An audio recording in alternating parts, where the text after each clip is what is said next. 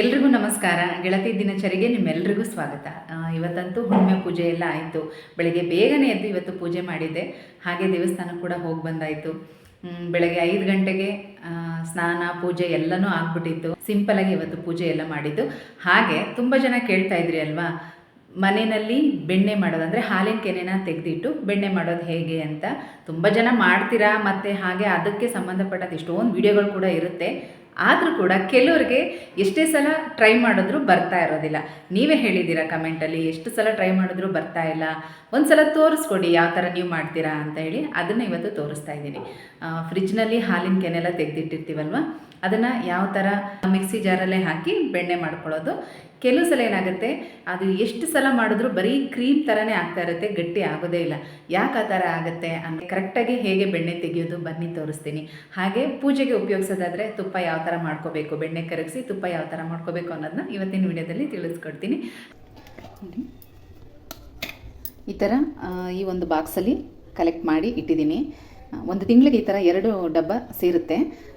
Already ಇವಾಗ ನಾನು ಮಾಡಿರುವಂಥ ತುಪ್ಪದ ಬತ್ತಿ ಎಲ್ಲ ಇದೆ. ನನಗೇನೀಗ ಸದ್ಯಕ್ಕೆ ಬೇಕಿರಲಿಲ್ಲ, ಇನ್ನೂ 1 ವಾರದ ತನಕನೂ ಆಗುತ್ತೆ. ಆದರೆ ನಿಮಗೆ ತೋರಿಸೋ ಸಲುವಾಗಿ ನಾನೀಗ ಮಾಡ್ತಾಯಿದ್ದೀನಿ ಅಷ್ಟೇ. ಮತ್ತು ಈ ಡಬ್ಬ ಫುಲ್ ಆಗಿತ್ತು ಅಂತ ಹೇಳಿ ಈ ಕಪ್ನಲ್ಲೂ ಕೂಡ ಸ್ವಲ್ಪ ತೆಗೆದಿಟ್ಟಿದೆ. ಈ ಥರ ಸಪ್ರೇಟಾಗಿ ನಾವು ತೆಗೆದಿಟ್ಕೊಂಡಿದ್ರೆ ಇದನ್ನು ಕೂಡ ನಾವು ಸಪ್ರೇಟಾಗಿ ಬೆಣ್ಣೆ ಮಾಡಿಟ್ಕೊಂಡು ತಿನ್ನೋದಕ್ಕೆ ಯೂಸ್ ಮಾಡ್ಬೋದು, ಅಥವಾ ಏನಾದರೂ ರೆಸಿಪಿಗಳು ಮಾಡುವಾಗಲೂ ಕೂಡ ಯೂಸ್ ಮಾಡ್ಬೋದು, ಚೆನ್ನಾಗಿರುತ್ತೆ. ಈಗ ಇದೆರಡನ್ನೂ ಕೂಡ ಮಿಕ್ಸ್ ಮಾಡಿ ನಾನೀಗ ಬೆಣ್ಣೆ ಮಾಡಿ ತೋರಿಸ್ತೇನೆ ನಿಮಗೆ.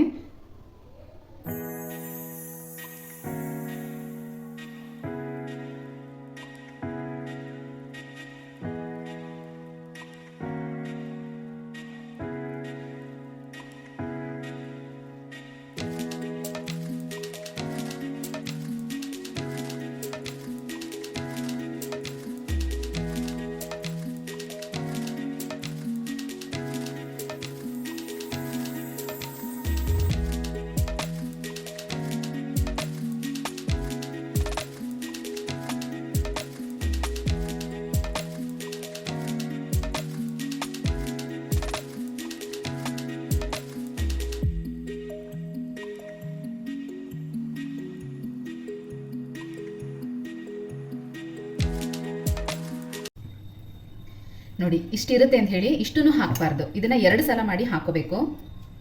ಈಗ ನಾನು ಫ್ರಿಜ್ಜಿಂದ ತೆಗೆದಿದ ತಕ್ಷಣವೇ ಹಾಕ್ತಾ ಇದ್ದೀನಿ, ಸ್ವಲ್ಪ ಹೊತ್ತೇನು ಬಿಟ್ಟಿಲ್ಲ. ಫ್ರಿಜ್ಜಿಂದ ತೆಗೆದಿದ ತಕ್ಷಣ ಹಾಕ್ತಾ ಇದ್ದೀನಿ. ಇದನ್ನು 2 ಸಲ ಮಾಡಿ 2 ಟ್ರಿಪ್ಪಾಗಿ ಹಾಕ್ಕೊಳ್ತೀನಿ. ನಿಮಗೇನಾದರೂ ಎಷ್ಟು ಸಲ ಇದೇ ಥರ ಮಿಕ್ಸಿ ಜಾರಲ್ಲಿ ಹಾಕಿದ್ರೂ ಕೂಡ ಬೆಣ್ಣೆ ಗಟ್ಟಿ ಬರ್ತಾ ಇಲ್ಲ ಅಂತಂದರೆ, ನೀವು ಆ ಥರ ಕ್ರೀಮ್ ಥರ ಆಗೋಗಿದೆ ಅಂತಂದರೆ ನೀರು ಕಡಿಮೆ ಹಾಕಿದ್ದೀರಾ ಅಂತ ಅರ್ಥ. ನೀರು ಜಾಸ್ತಿ ಹಾಕಬೇಕು, ಆಗ ಬೆಣ್ಣೆ ತುಂಬ ಚೆನ್ನಾಗಿ ಬರುತ್ತೆ.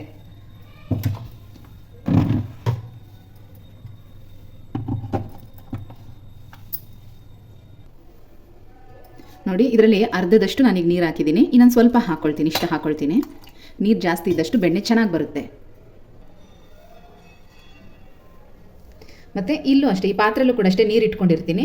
ಇದರಲ್ಲಿ ಬೆಣ್ಣೆ ಆಗಿದ ತಕ್ಷಣ ತೆಗೆದು ಇದರೊಳಗಡೆ ಹಾಕ್ಕೊಳ್ಳೋಕ್ಕೆ. ಈಗ ಮುಚ್ಚಳ ಮುಚ್ಚಿ ಸ್ಟಾರ್ಟ್ ಮಾಡ್ತೀನಿ. ಅದಕ್ಕಿಂತ ಮೊದಲು ಏನು ಮಾಡ್ತೀನಿ, ನಾನು ಈ ಥರ ಬಟ್ಟೆ ಹಾಕ್ಕೊಳ್ತೀನಿ. ಯಾಕೆ ಅಂತಂದರೆ ಈ ಕ್ಯಾಪಲ್ಲಿ ಬೆಲ್ಟ್ ಹೋಗ್ಬಿಟ್ಟಿದೆ, ಅದೇನಾಗುತ್ತೆ, ನೀರು ಹೊರಗಡೆ ಎಲ್ಲ ಎದುರುತ್ತೆ. ಅದಕ್ಕೆ ಈ ಥರ ಹಾಕ್ಬಿಡ್ತೀನಿ. ಸ್ವಲ್ಪ ಏನಾದರೂ ಅದು ಹೊರಗಡೆ ಲೀಕ್ ಆದರೂ ಕೂಡ ಬಟ್ಟೆ ಇಲ್ಲೇ ಇರುತ್ತೆ, ಗೋಡೆ ಎಲ್ಲ ಗಲೀಜಾಗಲ್ಲ. ಈಗ ಆನ್ ಮಾಡ್ಕೋಬೇಕು.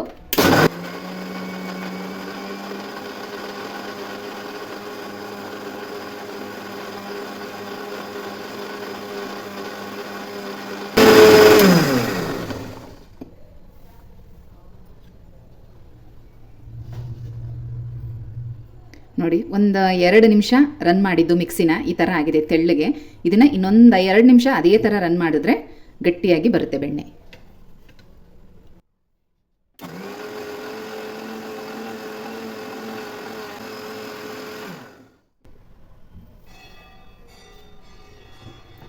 ನೋಡಿದ್ರಲ್ಲ, ಒಂದು ಸಲಗೇ ಆ ಥರ ತೆಳ್ಳಗಾಯಿತು, ಯಾಕೋ ಚೆನ್ನಾಗಿ ಬರ್ತಾ ಇಲ್ಲ ಅಂತ ಯೋಚನೆ ಮಾಡಬೇಡಿ. ಇನ್ನೊಂದು 2 ಸಲ ಅದೇ ಥರ ಸ್ವಲ್ಪ ಮಿಕ್ಸಿನ ಓಡಿಸಿದ್ರೆ ಸಾಕು, ಈ ರೀತಿ ಚೆನ್ನಾಗಿ ಬರುತ್ತೆ. ಈಗ ನೋಡಿ, ಮೊದಲು ನೋಡಿದ್ದಕ್ಕೂ ಇವಾಗಲೂ ನಿಮಗೆ ಗೊತ್ತಾಗ್ತಾ ಇದೆ ಹೇಗೆ ಬಂದಿದೆ ಅಂತ. ಆಲ್ಮೋಸ್ಟ್ ಆಗಿದೆ ಇವಾಗ ಅದು ಬೆಣ್ಣೆ. ಕೈನ ಸ್ವಲ್ಪ ನೀರಲ್ಲಿ ಒದ್ದೆ ಮಾಡಿಕೊಂಡು ನೋಡ್ಬೋದು. ನೋಡಿ, ಬಂದುಬಿಟ್ಟಿದೆ, ಬೆಣ್ಣೆ ಬಂದಿದೆ. ಈಗ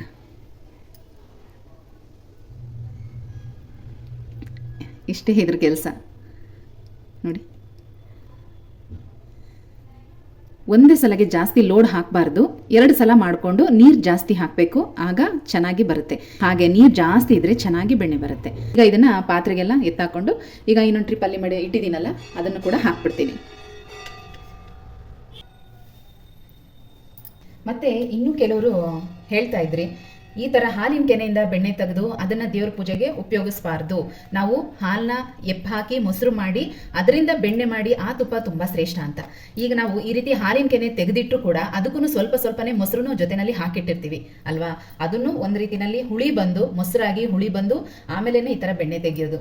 10 ಜನ ಒಳ್ಳೆಯದು ಮಾಡ್ಬೋದು ಅಂತ ಅಂದ್ರೂ ಯಾರಾದರೂ ಒಬ್ಬರು ಇಲ್ಲ ಇದು ತಪ್ಪು ಅನ್ನೋರು ಇದ್ದೇ ಇರ್ತಾರೆ ಅಲ್ವಾ. ನಾನು ಅದಕ್ಕೋಸ್ಕರ ಹೇಳ್ತಾ ಇದ್ದೀನಿ. ನನ್ನ ಇನ್ನೊಂದು ಯಾವುದೋ ಒಂದು ವಿಡಿಯೋಗೆ ಅದು ಕೂಡ ಕಮೆಂಟ್ಸ್ ಬಂದಿತ್ತು, ಅದಕ್ಕೆ ಇವತ್ತು ಹೇಳ್ತಾ ಇದ್ದೀನಿ. ಎಲ್ಲನೂ ಶ್ರೇಷ್ಠನೇ, ಎಲ್ಲನೂ ಹಾಲಿಂದನೇ ಬರೋದು. ಇಷ್ಟಕ್ಕೂ ಹೇಳಬೇಕು ಅಂದರೆ ಈಗ ನಾವೆಲ್ಲ ಪ್ಯಾಕೆಟ್ ಹಾಲು ಯೂಸ್ ಮಾಡ್ತೀವಲ್ಲ, ಆ ಪ್ಯಾಕೆಟ್ ಹಾಲನ್ನು ಕಾಯಿಸಿ ಆಮೇಲೆ ಪ್ಯಾಕೆಟ್ ಮಾಡೋದು. ಅದನ್ನು ಪ್ಯಾಕೆಟ್ ಮಾಡೋದಕ್ಕಿಂತ ಮೊದಲೇ ಅದರಲ್ಲಿ ಬರುವಂಥ ಒಂದು ಟ್ರಿಪ್ ಕೆನೆ, ಗಟ್ಟಿ ಕೆನೆನ ತೆಗೆದುಬಿಟ್ಟು ಆಮೇಲೆ ಪ್ಯಾಕೆಟ್ ಮಾಡೋದು. ಕೆಲವರು ಈ ಮಜ್ಜಿಗೆನ ಕುಡಿಯೋದಕ್ಕೂ ಕೂಡ ಉಪಯೋಗಿಸ್ತಾರೆ, ಅಥವಾ ಮಜ್ಜಿಗೆ ಹುಳಿ ಮಾಡೋದಕ್ಕೆ ಅಂಥದಕ್ಕೆಲ್ಲ ಯೂಸ್ ಮಾಡ್ತಾರೆ. ಈಗ ನಾವು ತಿಂಗಳಲ್ಲಿ 2 ಸಲ ಹಾಲಿನ ಕೆನೆಯಿಂದ ಈ ಥರ ಬೆಣ್ಣೆ ತೆಗಿತೀವಿ ಅಂದರೆ ಅದು ಸ್ವಲ್ಪ ಫ್ರೆಶ್ ಆಗೇ ಇರುತ್ತೆ. ಕೆಲವರು ತಿಂಗಳಿಗೆ ಒಂದ್ಸಲ ಮಾಡ್ತೀವಿ ಅಂತ ತುಂಬ ದಿನ ಇಟ್ಟಿರ್ತಾರೆ, ಅದು ಸ್ವಲ್ಪ ಸ್ಮೆಲ್ ಬಂದಂಗೆ ಇರುತ್ತೆ ಅಷ್ಟೇ. ನೀವು ಬೇಕಾದರೆ ಯೂಸ್ ಮಾಡ್ಬೋದು, ಇಲ್ಲಾಂದರೆ ಇದಕ್ಕೆ ಜಾಸ್ತಿ ನೀರು ಸೇರಿಸಿ ಗಿಡಗಳಿಗೂ ಕೂಡ ಹಾಕ್ಬೋದು, ಸ್ವಲ್ಪನೇ ಗಿಡಗಳಿಗೂ ಕೂಡ ಹಾಕ್ಬೋದು, ಚೆನ್ನಾಗಿರುತ್ತೆ. ನೋಡಿದ್ರಲ್ಲ, ಬೆಣ್ಣೆನೇ ಬರಲ್ಲ ಎಷ್ಟೇ ಟ್ರೈ ಮಾಡಿದ್ರು ಅಂತ ಹೇಳ್ತಾ ಇದ್ರಲ್ಲ, ಈಗ ನಿಮಗೆ ಒಂದು ಐಡಿಯಾ ಬಂದಿದೆ ಅಂತ ಅಂದ್ಕೊಂಡಿದ್ದೀನಿ. ತುಂಬ ಚೆನ್ನಾಗಿದೆ. ಮತ್ತು ಈ ಥರ ಬೆಣ್ಣೆ ತೆಗೆದಾಗ ಒಂದಿಷ್ಟನ್ನು ತೆಗೆದು ದೇವರಿಗೆ ನೈವೇದ್ಯಕ್ಕೆ ಇಟ್ಬಿಡಿ. ಕೃಷ್ಣನಿಗೆ ಬೆಣ್ಣೆ ಅಂದರೆ ತುಂಬ ಇಷ್ಟ ಅಲ್ವಾ, ಹಾಗಾಗಿ ಹೇಳ್ತಾ ಇದ್ದೀನಿ ಅಷ್ಟೇ. ಒಂದು ಸ್ವಲ್ಪ ಇಟ್ಕೊಳ್ಳಿ ಸಾಕು, ಆಮೇಲೆ ಬೇಕಾದ್ರೆ ಅದನ್ನು ಮಕ್ಕಳಿಗೆ ತಿನ್ನೋದಕ್ಕೆ ಕೊಡ್ಬೋದು. ನಾನು ಪ್ರತಿ ಸಲ ಬೆಣ್ಣೆ ತೆಗೆದಾಗಲೂ ಕೂಡ ಹಾಗೆ ಮಾಡ್ತೀನಿ. ನೋಡಿ ಗಟ್ಟಿ ಬೆಣ್ಣೆ ಎಷ್ಟು ಚೆನ್ನಾಗಿ ಬಂದಿದೆ. ಆಮೇಲೆ ಯಾರೆಲ್ಲ ಬೆಣ್ಣೆ ಸರಿಗೆ ಬರ್ತಾ ಇಲ್ಲ ಅಂತ ಅನ್ಕೊಂಡಿದ್ದೀರೋ, ಸುಮಾರು ಸಲ ಟ್ರೈ ಮಾಡಿ ಬೆಣ್ಣೆ ಮಾಡೋದಕ್ಕೆ ಬರ್ತಾ ಇಲ್ಲ ಅಂತ ಯೋಚನೆ ಮಾಡ್ತಾ ಇದ್ದೀರೋ, ಈಗ ನಿಮ್ಗೊಂದು ಐಡಿಯಾ ಬಂದಿದೆ ಅಂತ ಅನ್ಕೊಂಡಿದ್ದೀನಿ, ಅಥವಾ ನಿಮ್ಗೊಂದು ಯೂಸ್ಫುಲ್ ಟಿಪ್ಸೇ ಸಿಕ್ಕಿದೆ ಅಂತ ಅನ್ಕೊಂಡಿದ್ದೀನಿ. ತುಂಬ ಏನಾದರೂ ತೆಳ್ಳಗಾಗಿ ಕ್ರೀಮ್ ಥರ ಆಗ್ಬಿಟ್ಟಿದೆ, ಬೆಣ್ಣೆ ಗಟ್ಟಿ ಬಂದಿಲ್ಲ ಅಂತಂದರೆ ನೀವು ಅದಕ್ಕೆ ಇನ್ನೊಂದು ಸ್ವಲ್ಪ ನೀರು ಸೇರಿಸ್ಕೊಂಡು ಇನ್ನೊಂದು 2 ನಿಮಿಷ ಮಿಕ್ಸಿನ ಹಾಗೆ ಓಡಿಸಿ ಸಾಕು, ಗಟ್ಟಿ ಬೆಣ್ಣೆ ಬರುತ್ತೆ. ಈಗ ಇನ್ನೊಂದು ಸ್ವಲ್ಪ ಏನು ಉಳಿದಿತ್ತಲ್ಲ ಅದನ್ನು ಹಾಕೊಂಡ್ಬಿಡ್ತೀನಿ.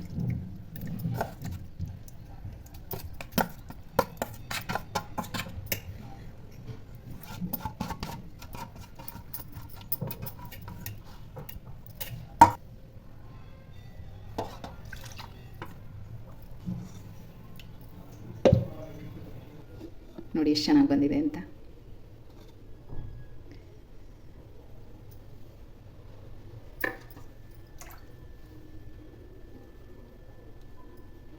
ನೋಡಿ ಎಷ್ಟು ನೀಟಾಗಿ ಅಲ್ಲೇ ಉಂಡೆ ಆಗ್ತಾ ಇದೆ. ಚೆನ್ನಾಗಿ ಬರುತ್ತೆ, ನಮಗೆ ಸ್ವಲ್ಪ ತಾಳ್ಮೆ ಇರಬೇಕು ಅಷ್ಟೇ. ನೋಡಿ ಈ ಜಾರನ್ನ ಕ್ಲೀನ್ ಮಾಡುವಾಗಲೂ ಅಷ್ಟೇ, ಈ ಬ್ಲೇಡ್ ಸಂದಿಲೆಲ್ಲ ಬೆಣ್ಣೆ ಸಿಕ್ಕಾಕೊಂಡಿರುತ್ತಲ್ವಾ, ಅದನ್ನು ಕೈಯಲ್ಲಿ ಅಥವಾ ಸ್ಪೂನಲ್ಲಿ ಹಾಕಿ ತೆಗಿಯೋಕ್ಕಾಗಲ್ಲ. ಒಂದು ಸ್ವಲ್ಪ ಈ ಥರ ನೀರು ಹಾಕ್ಕೊಂಡು ನೋಡಿ ಹಿಂಗೆ ಆಡಿಸ್ಬಿಟ್ರೆ ಸಾಕು, ಇಲ್ಲಿ ಸೈಡಲ್ಲಿ ಸಿಕ್ಕಾಕೊಂಡಿರೋ ಬೆಣ್ಣೆ ಎಲ್ಲ ಬಂದುಬಿಡುತ್ತೆ. ಸ್ವಲ್ಪ ಕೂಡ ವೇಸ್ಟ್ ಆಗಲ್ಲ, ಮತ್ತು ವೇಸ್ಟ್ ಮಾಡಲೂಬಾರ್ದು ಅಲ್ವಾ. ಯಾಕೆ ತಿನ್ನೋ ಪದಾರ್ಥನ ವೇಸ್ಟ್ ಮಾಡಬೇಕು? ನೋಡಿ ನೀಟಾಗಿ ಇದನ್ನೆಲ್ಲ ನಾವು ತೆಗಿಬೋದು.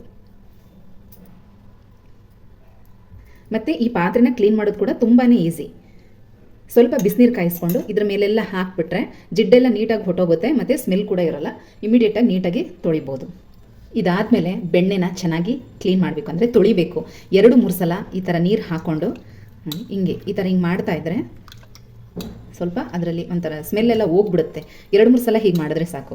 ಈ ಥರ ಮಾಡಿಕೊಂಡು ಈ ನೀರನ್ನ ಚೆಲ್ಲಬೇಕು, ಮತ್ತು ಇನ್ನು ಸ್ವಲ್ಪ ಬೇರೆ ನೀರು ಹಾಕ್ಕೋಬೇಕು. ಇದೇ ಥರ ಸ್ವಲ್ಪ ನೀರಲ್ಲೇ ಇದನ್ನು ಕಲಿಸಿದ್ರೆ ಸಾಕು.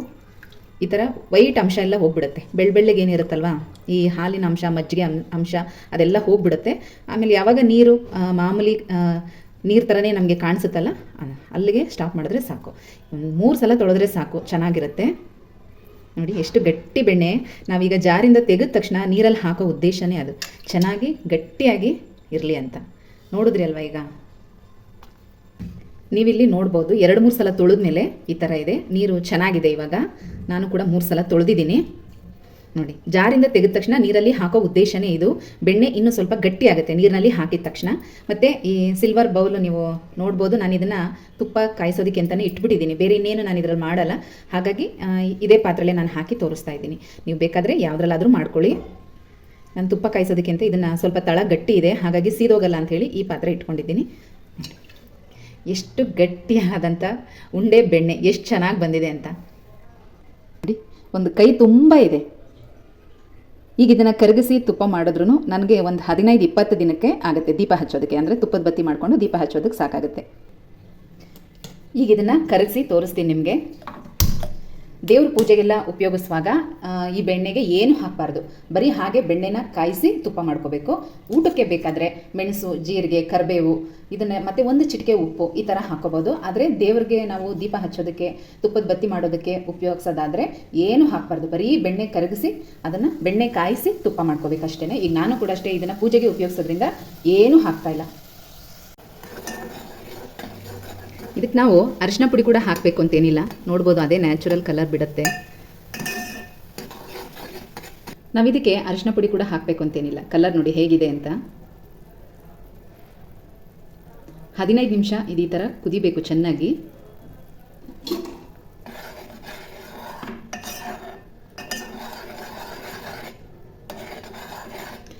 ಸ್ವಲ್ಪ ಆಗಾಗ ಈ ಥರ ಕೈ ಆಡಿಸೋದ್ರಿಂದ ಅದು ತಳ ಹಿಡಿಯೋದಿಲ್ಲ.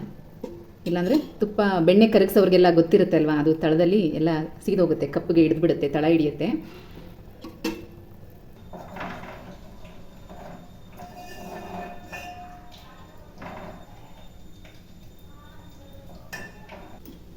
ತುಪ್ಪ ಆಗಿದೆ ನೋಡಿ. ಇವಾಗ ಇದು ಸ್ವಲ್ಪ ತಣ್ಣಗಾದ್ಮೇಲೆ ಒಂದು ಪಾತ್ರೆಗೆ ಹಾಕ್ಕೋಬೇಕು. ಅಂದರೆ ಒಂದು ಬಾಟಲ್ಗಾಗಲಿ ಅಥವಾ ನಾವೇನು ದೇವ್ರ ಮನೆ ಸಪ್ರೇಟಾಗಿ ಇಟ್ಕೊಂಡಿರ್ತೀವಿ ಅದರಲ್ಲಿ ಹಾಕೋಬೋದು. ಮೇಲೇ ಈ ಗ್ಲಾಸ್ಗೆ ಹಾಕಿ ತೋರಿಸ್ತೀನಿ ನೋಡಿ.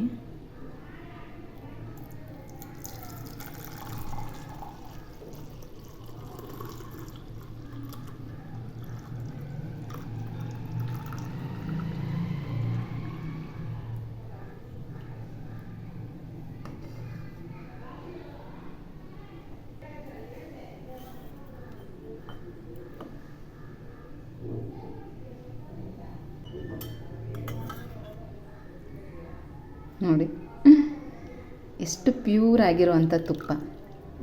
ಅರ್ಧ ಗ್ಲಾಸ್ಗಿಂತ ಜಾಸ್ತಿನೇ ಇದೆ. ಸಾಕಾಗತ್ತೆ. ಸಾಕಲ್ವ ನಮಗೆ, ಖರ್ಚಿಲ್ಲದೆ ಈ ರೀತಿ ನಾವು ಮನೇಲೇ ಮಾಡ್ಕೋತೀವಿ ಅಂದರೆ ಸಾಕು, 20 ದಿನ ಬರುತ್ತೆ. ಎಷ್ಟು ಸಲ ಮಾಡಿದ್ರು ಬೆಣ್ಣೆ ಅಂತೂ ಸರಿಯಾಗಿ ಬರ್ತಾನೇ ಇಲ್ಲ, ತುಂಬ ತೆಳ್ಳಗಾಗತ್ತೆ ಅಥವಾ ಚೆನ್ನಾಗಿ ಬರೋದೇ ಇಲ್ಲ ಅಂತೆಲ್ಲ ಅಂತ ಇದ್ರಿ ಅಲ್ವಾ. ಈ ಮೆಥಡ್ನ ಯೂಸ್ ಮಾಡಿಕೊಂಡು ಮಾಡಿ ನೋಡಿ. ಖಂಡಿತವಾಗ್ಲೂ ನೀವು ಕೂಡ ಮನೆಯಲ್ಲೇ ಬೆಣ್ಣೆ ಮಾಡ್ಕೋಬೋದು. ತುಂಬ ಚೆನ್ನಾಗಿ ಬರುತ್ತೆ, ತುಂಬಾ ಈಸಿ. ಇದೆಲ್ಲ ಏನಂತ ದೊಡ್ಡ ವಿದ್ಯೆಯಲ್ಲ. ತುಂಬ ಜನ ಇದ್ರ ಬಗ್ಗೆ ವಿಡಿಯೋನೂ ಕೂಡ ಹಾಕಿರ್ತಾರೆ. ತುಂಬ ಏನಾದರೂ ತೆಳ್ಳಗಾಯಿತು ಅಂತ ಅಂದರೆ ಒಂದು ಸ್ವಲ್ಪ ನೀರು ಹಾಕ್ಕೊಂಡು ಮಿಕ್ಸಿನ ರನ್ ಮಾಡಿ ಚೆನ್ನಾಗಿ ಗಟ್ಟಿ ಬೆಣ್ಣೆ ಬರುತ್ತೆ. ಈ ವಿಡಿಯೋ ನಿಮಗೆ ಇಷ್ಟ ಆಗಿದೆ ಅಂತ ತಿಳ್ಕೊಳ್ತಾ ಮುಂದಿನ ವಿಡಿಯೋದಲ್ಲಿ ಮತ್ತೆ ಸಿಗ್ತೀನಿ. ಹೋಗಿ ಬರಲಾ?